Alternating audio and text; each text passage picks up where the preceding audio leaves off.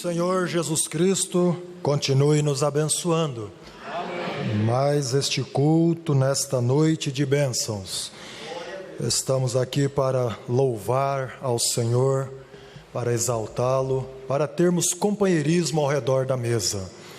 Vamos nos colocar de pé e vamos ler a Escritura.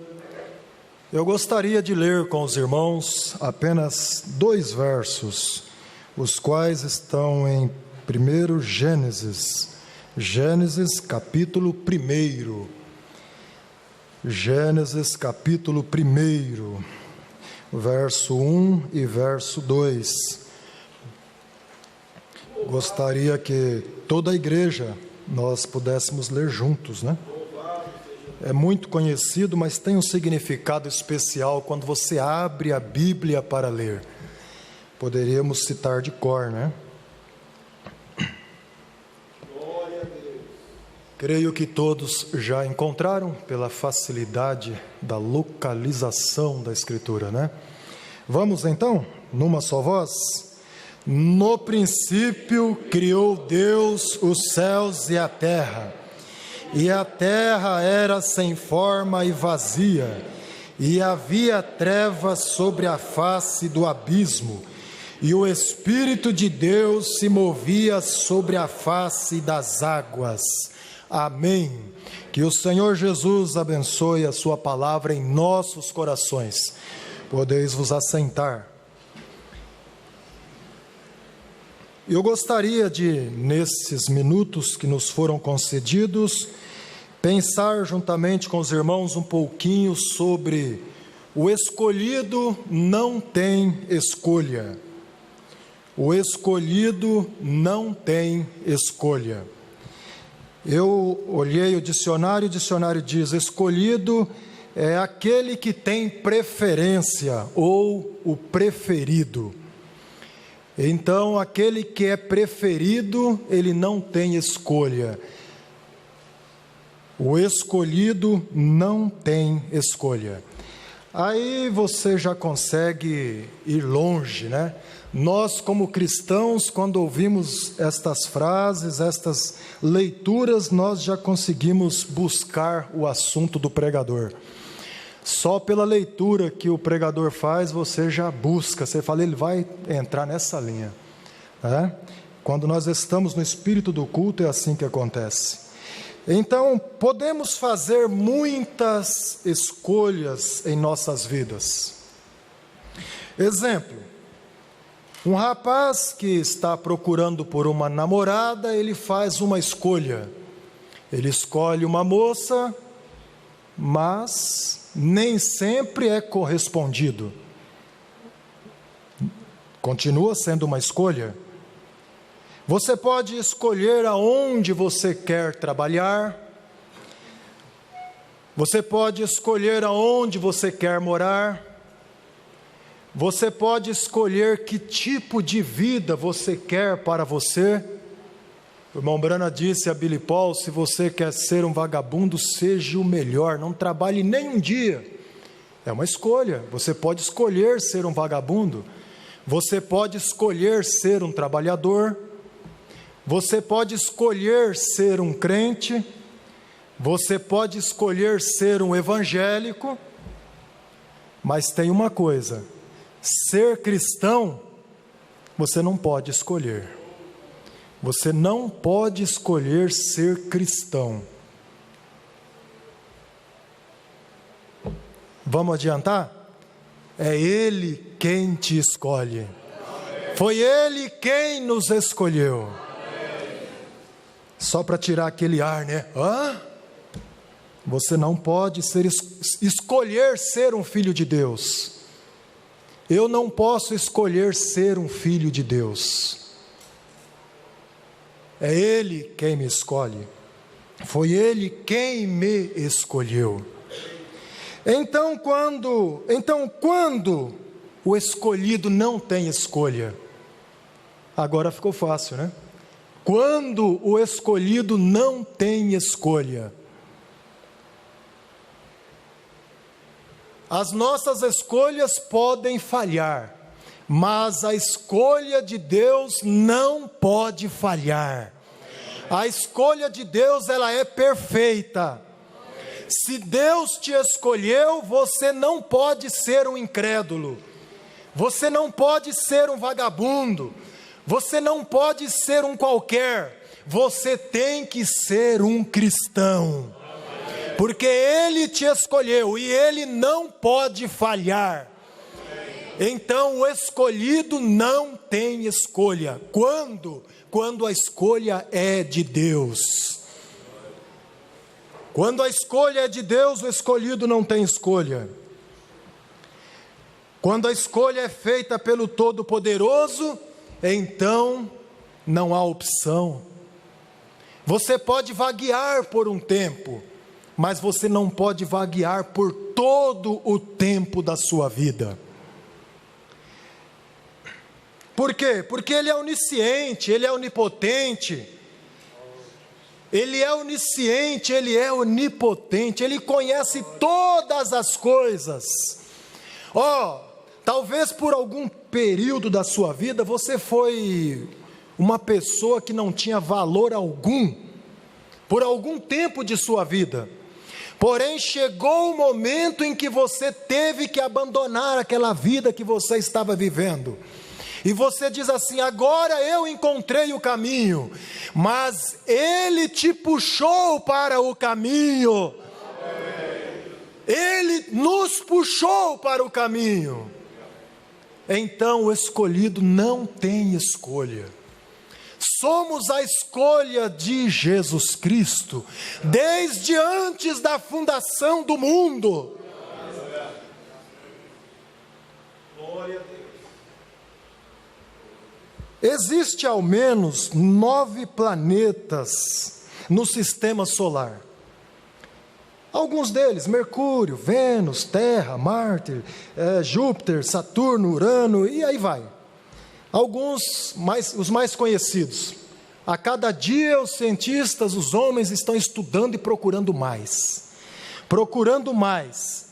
Porém, Deus escolheu a Terra para transformar. Estão procurando vida, meios de sobreviver em outros planetas. Estão procurando água em Marte. Estão procurando um meio de viver em outros lugares para fugir, porque consciente ou inconscientemente o homem sabe que a Terra está indo de mal a pior. Ela está entrando em um caos. Ela está entrando em um caos. Então o homem quer fugir. Ele quer fugir desse caos. Ele quer encontrar um meio de continuar vivendo. O homem não quer morrer. Porque consciente ou inconscientemente, todo ser humano sabe que ele não nasceu para morrer. Adão e Eva não nasceu para morrer, não foram formados para morrer. Nós não fomos formados para morrer. Nós fomos formados para ter vida eterna. Então o homem não quer morrer.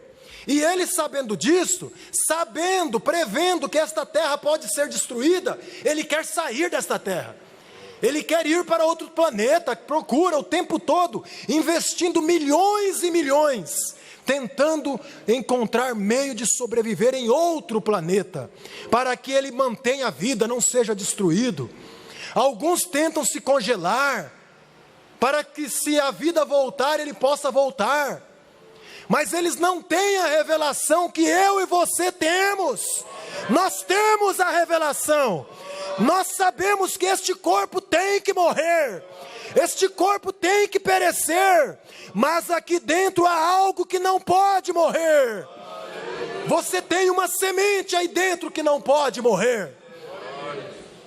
Eles estão tentando fazer este corpo, como diz o ditado popular, viver para a semente, ficar para a semente, mas não pode. Este corpo está condenado. Aonde ele foi condenado? Lá no Jardim do Éden. Quando o pecado entrou, esse corpo foi condenado. Este corpo tem que morrer. Porém, nós estamos vivendo numa era gloriosa. Oh Deus, nós estamos vivendo numa era gloriosa. Muitos de nós poderemos ser transformados e não provarmos da morte. É uma promessa. É uma promessa do nosso Deus. Mas a escritura que nós lemos: no princípio criou Deus os céus e a terra era sem forma e vazia, e havia trevas sobre a face do abismo. Isso foi lá no princípio. E o Espírito de Deus se movia sobre a face das águas. E naquele mover do Espírito de Deus, em um daqueles dias, Deus começou a falar. Deus começou a falar, e veio à existência o jardim do Éden, um lugar o qual era perfeito. Ali tudo era perfeito, nada podia morrer, nada podia perecer, porque foi formado pela palavra de Deus. O Espírito de Deus se moveu ali e tudo se tornou perfeito. Mas o irmão Branham mostra aqui na mensagem o poder de Deus para transformar. Deus gastou 6.000 anos para construir o mundo. Satanás está gastando 6.000 anos para deformar, para trazer a um caos novamente. Ele está tentando destruir o que Deus fez. Ele está destruindo, deformando o que Deus fez. Com isto, ganhando adoração para si. A ciência é adorada. Os homens estudados são adorados, a ponto de esquecer do Criador, o nosso Deus, o Todo-Poderoso. Mas,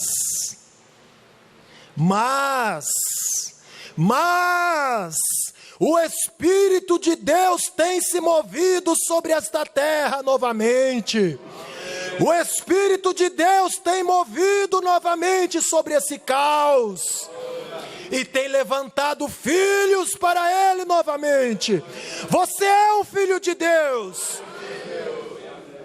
Somos filhos de Deus. No parágrafo 37 desta mensagem, o profeta diz: eu estava pensando nesta manhã em Gênesis capítulo 1, este mundo era sem forma, e era um vazio, e as trevas estavam sobre a terra, nada a não ser um caos completo.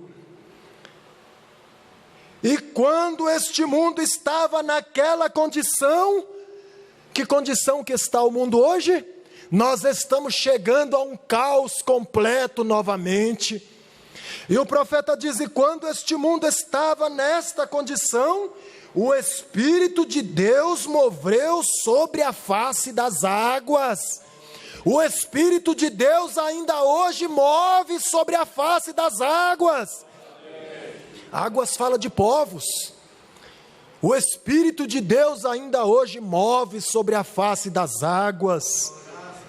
E todo o quadro foi mudado. Qual é o quadro que você está enfrentando na sua vida hoje?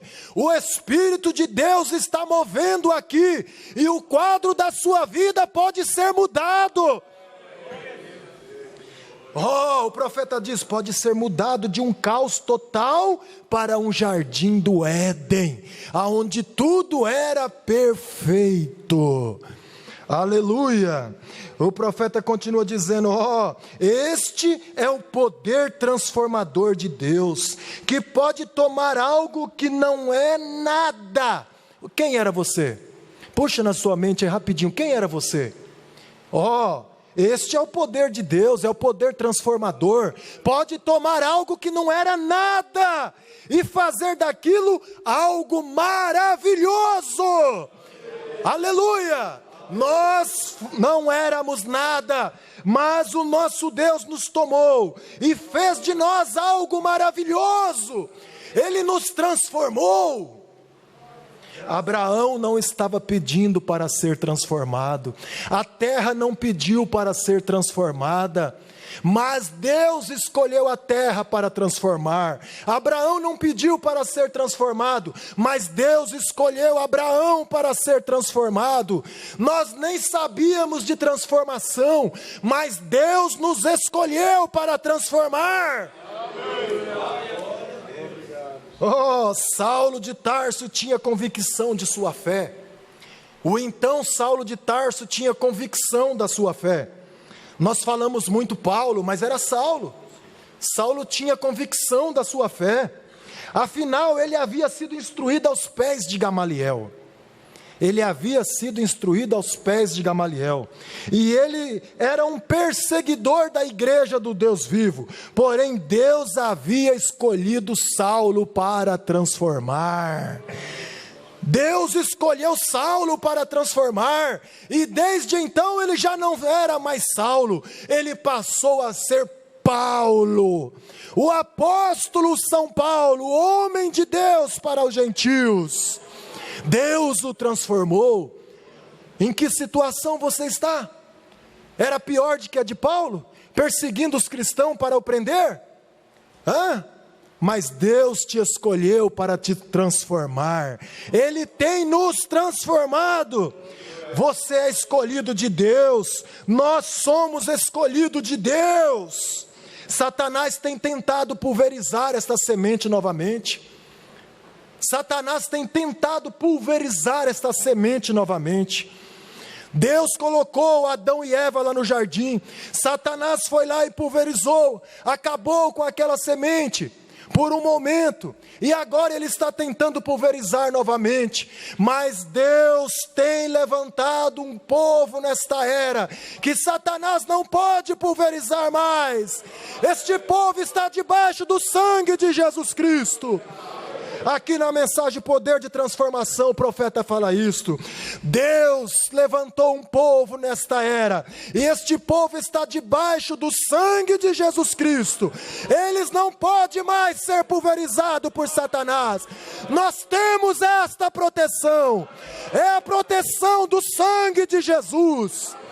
Esta proteção te transforma, esta proteção te cura, esta proteção te liberta, no nome de Jesus Cristo.